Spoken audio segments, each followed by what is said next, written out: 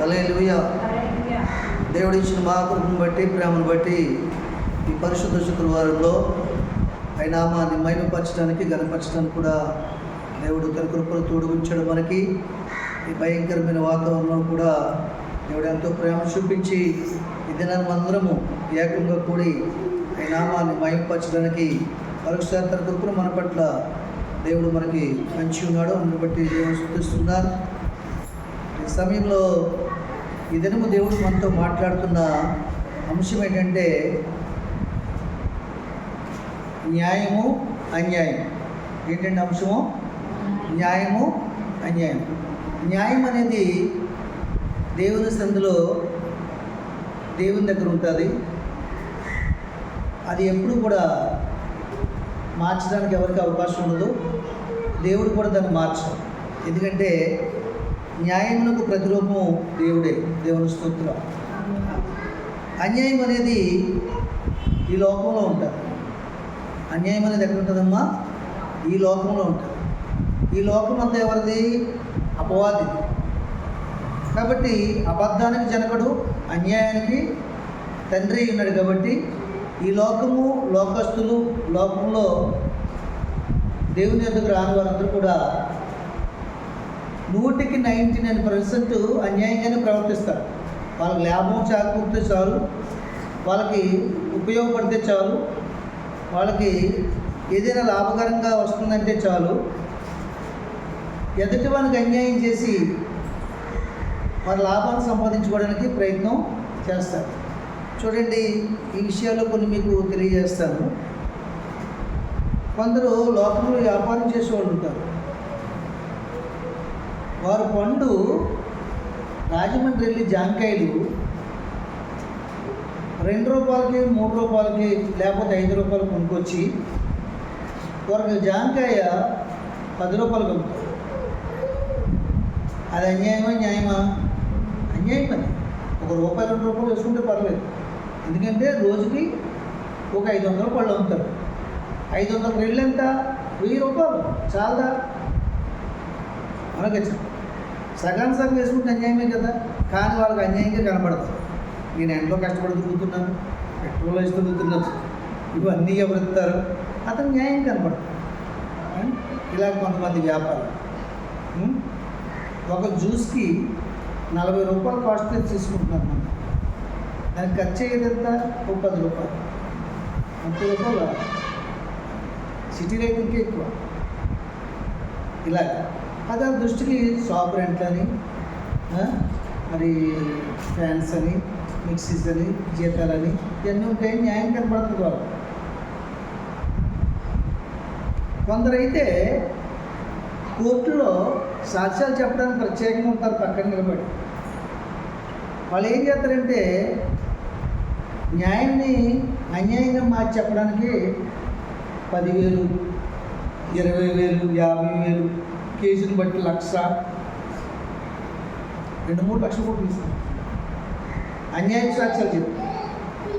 అది వాళ్ళకి వృత్తిగా ఎంచుకుని న్యాయంగా కనపడతారు. దేవుని స్తోత్రం.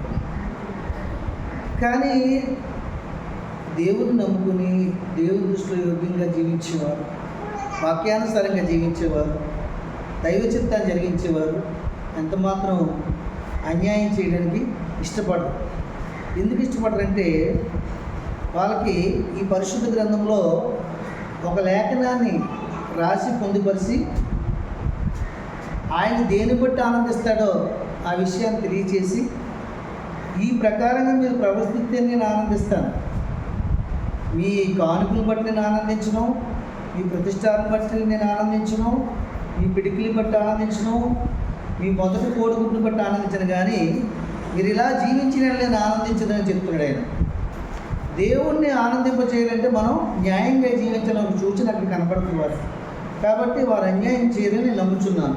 ఒకవేళ అన్యాయం వారు చేసినట్లయితే వారికి దేవుడే తీర్పు తీర్చునుగాక. ఆమేన్. ఏమండి, ఆ మాటను మీకు చూపిస్తాను చూడండి. పరిశుద్ధ గ్రంథం నుండి ఇర్మియా గ్రంథము 9వ అధ్యాయము 24వ వచనం మనం చూసుకుందాం. అతిశయించువాడు దేన్ని బట్టి అతిశయించవలనగా భూమి మీద కృప చూపుచు నీతి న్యాయములు జరిగించున్న యెహోవాను నేనే అని గ్రహించి నన్ను పరిశీలనగా తెలుసుకుని బట్టి అతిశయించబలను. అట్టి వాటిలో నేను ఆనందించేవాడినని యెహోవా సెలవిస్తున్నాడు. దేవుని స్తోత్రం. చాలామంది కూడా ఒక అన్యాయమైనటువంటి కేసుని గెలిచారనుకోండి, నాకు తెలివైన వాళ్ళు లేడని చాలామంది నేను గొప్పవాడిని అతిశయిస్తారు. అన్యాయం కేసుని బట్టి ఒక అన్యాయం సాక్ష్యం చెప్పినప్పుడు ఆ సాక్ష్యం కోర్టులో అది నిజమని నమ్మకంలోకి వచ్చిందనుకోండి, వాడు ఆ డబ్బు తీసుకుని చాలా అతిశయిస్తాడు. నాకంటే తెలివిగా సాక్ష్యం చెప్పేవాడు ఎవడో లేడు, నేను జడ్జి గారిని మోసగించాను, లాయర్ గారిని మోసగించాను, కూర్చున్న వారందరినీ మేధావులు మోసగించాను, కాబట్టి నేనే తెలివైన వాడిని నేను అతిశయిస్తాను. దేవుని స్తోత్రం. ఏమండి? అయితే వీటన్నిటికీ లెక్క అనేది అక్షరపోవాల్సి ఉంటుంది. అందుకని దేవుడు ఏం చెప్తున్నాడు?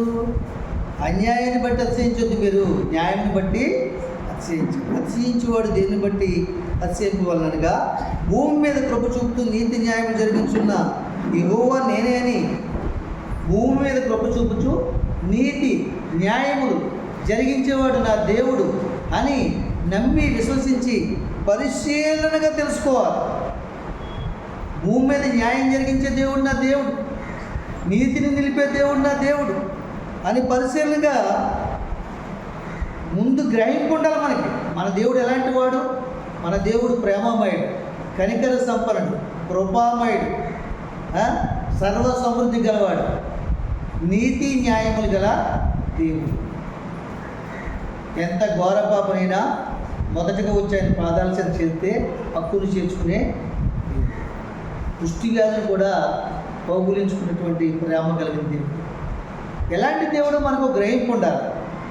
ఆ గ్రహింపు మనకుంటే మనం న్యాయంగా ప్రవర్తిస్తున్నామా, అన్యాయంగా ప్రవర్తిస్తున్నామా?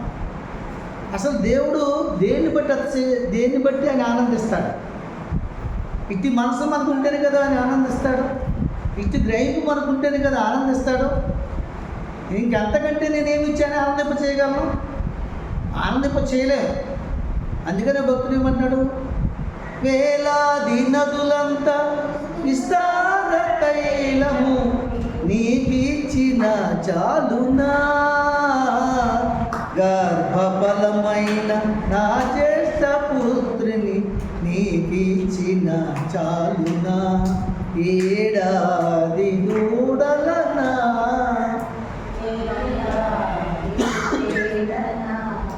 నీవు చేసిన ఉపకారములకు నేనేమి చెల్లింతును.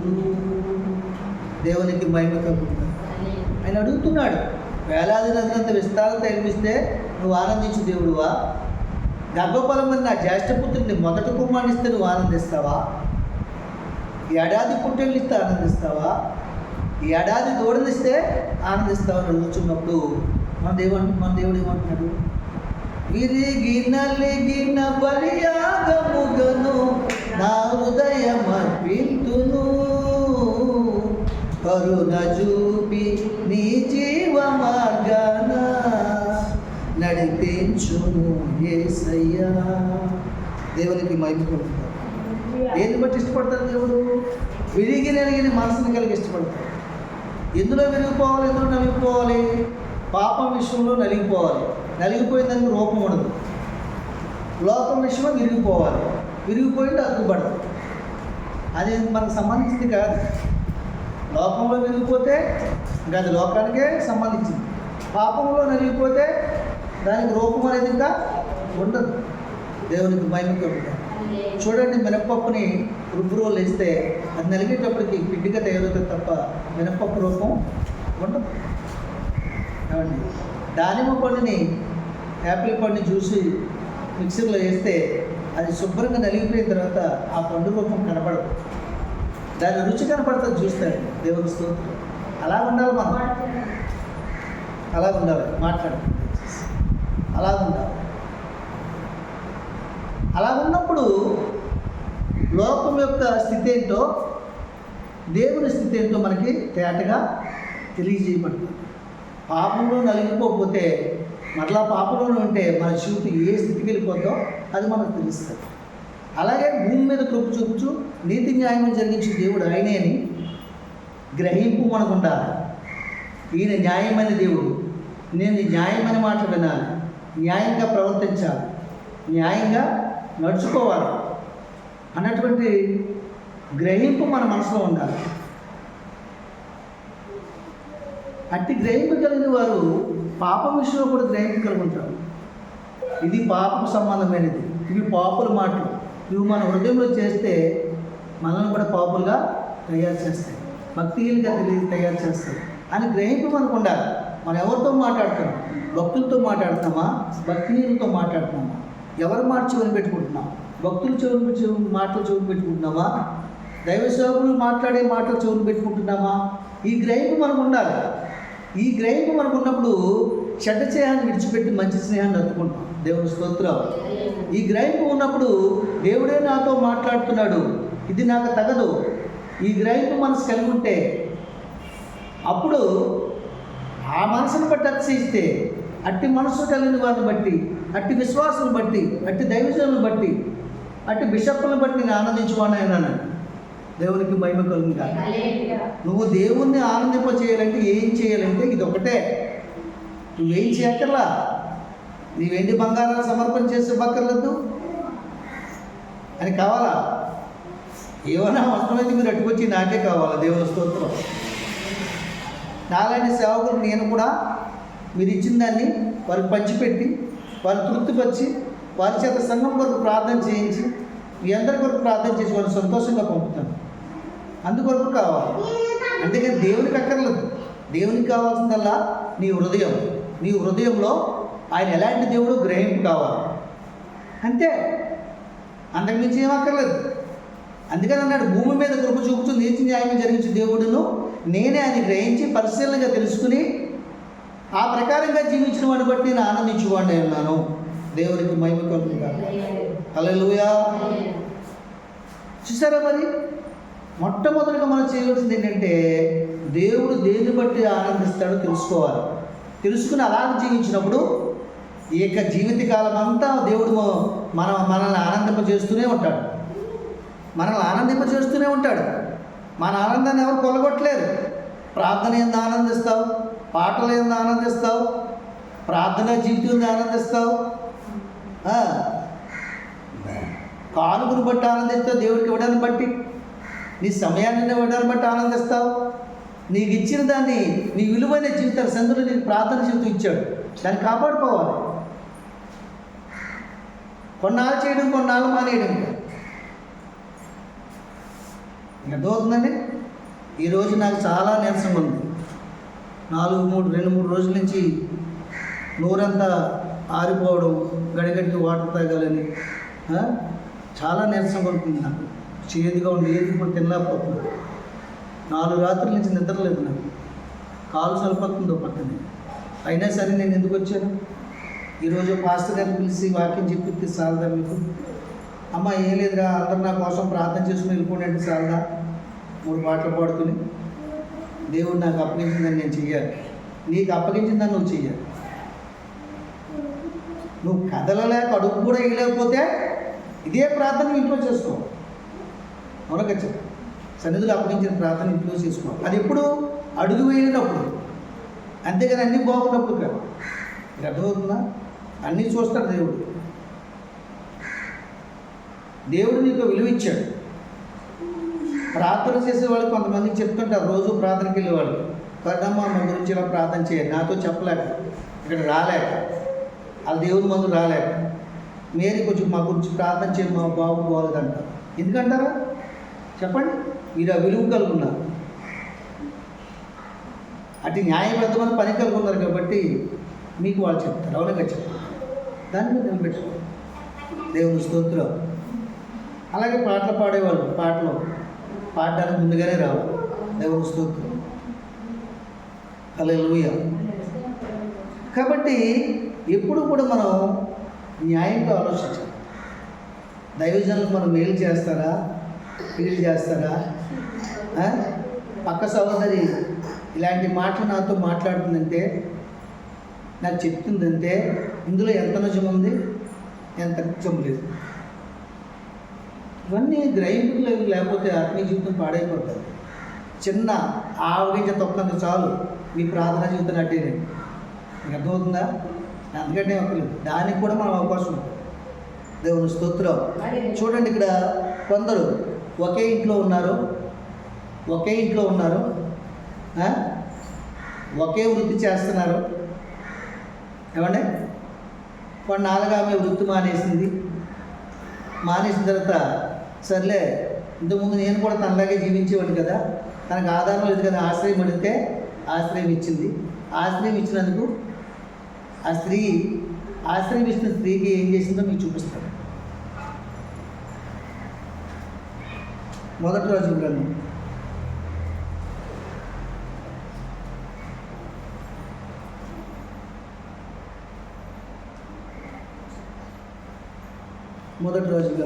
3వ అధ్యాయం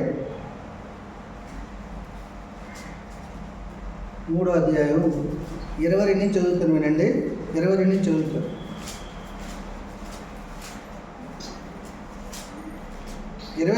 చూడు.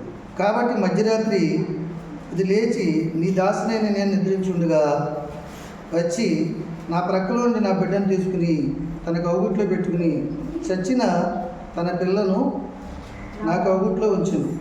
ఉదయమున నేను లేచి నా పిల్లకు పాలియ చూడగా అది చచ్చిన దాయిని. తరువాత ఉదయమున నేను పిల్లను నిదానించి చూసినప్పుడు వాడు నా కడుపును పుట్టినవాడు కాడని నేను తెలుసుకుంటుని. అంతలో రెండవ స్త్రీ, అది కాదు, బ్రతికున్న నా బిడ్డ చచ్చిన దాని బిడ్డ అని చెప్పగా, ఆమె కాదు, చచ్చిందే నీ బిడ్డ, బ్రతికున్నది నా బిడ్డ అంటుంది. ఈ ప్రకారం వారు రాజు సముఖమునకు మనవి చేయగా, రాజు బ్రతికి ఉన్న నా బిడ్డ చచ్చినది నీ బిడ్డ అనే ఒకెత్తును, రెండవది అలాగూ కాదు, చచ్చింది నీ బిడ్డ, బ్రతికున్న నా బిడ్డని చెప్పుచున్నది కనుక కత్తి తెమ్మని రాజు ఆజ్ఞ ఇచ్చాడు. వారు ఒక కత్తి రాజసన్నిధి తెగ రాజు 2 భాగములుగా బ్రతికిండి బిడ్డను చేసి సగము దీనికి సగము దానికి శిరసగం ఇవ్వవలసిందని ఆజ్ఞ ఇచ్చింది. అంతటా బ్రతికిన బిడ్డ యొక్క తల్లి తన బిడ్డ విషయమై పేగులు తరుక్కుని పోయింది. రాజునొద్ద నా ఏలినవాడా, బిడ్డను ఎంత మాత్రం చంపక దానికే ఇప్పించుమని మనవి చేయగా, ఆ రెండవ స్త్రీ, అది నాదైనను దానిదైనను కాకుండా శిరసగము చేయమని